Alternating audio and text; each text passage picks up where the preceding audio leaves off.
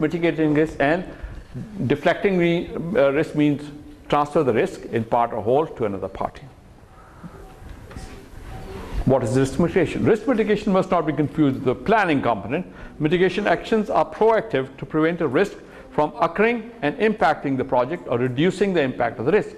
Plans are prepared for execution after a risk occurs, become a problem, and starts to impact the project. Risk can be mitigated not only by eliminating the risk, but also by reducing the degree of occurrence and or lessening the impact on the project.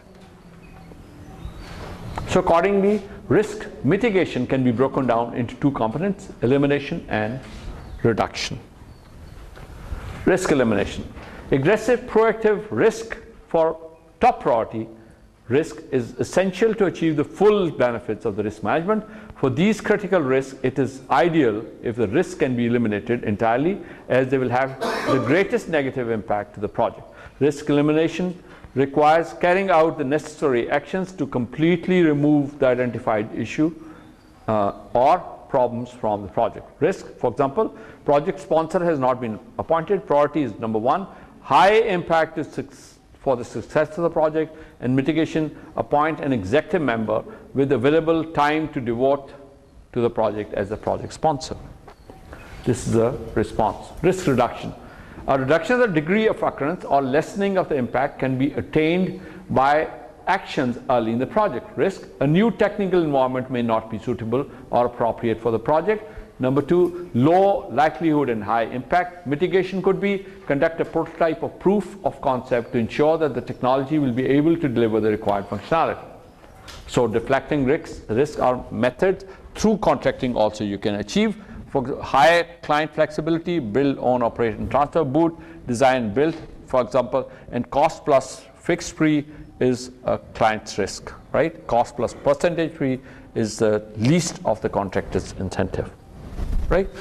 So methods have different deflecting risks.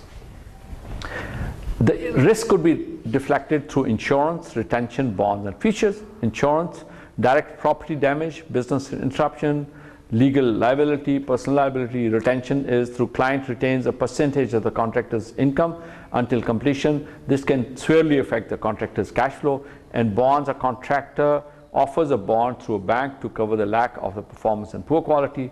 And futures, for projects involving multi-currency transactions, you can offset the effects of the currency fluctuations by paying a premium to purchase a currency at an agreed rate in the future. Accepting. Self-insurance, develop contingency plan which defines what you will do if the risk event occurs, and typically develop for underestimating the bill of materials, unexpected procurement price changes, change the project scope, and the schedule delays. Risk communication. It's very important that you must communicate that there is a certain type of risk to everybody who's important in knowing what is the risk. Project decision makers and project team members are more likely to respond to formally written information than on verbally communicated project concerns. They become more involved in the risk if it is documented and contained in the project documentation. A formally documented process will enable anyone involved or interested in the project to be aware of the project risk. It also assists the risk monitor commitments to the monitoring and mitigation of individual risks. Okay. Any questions? Yeah, because even if it's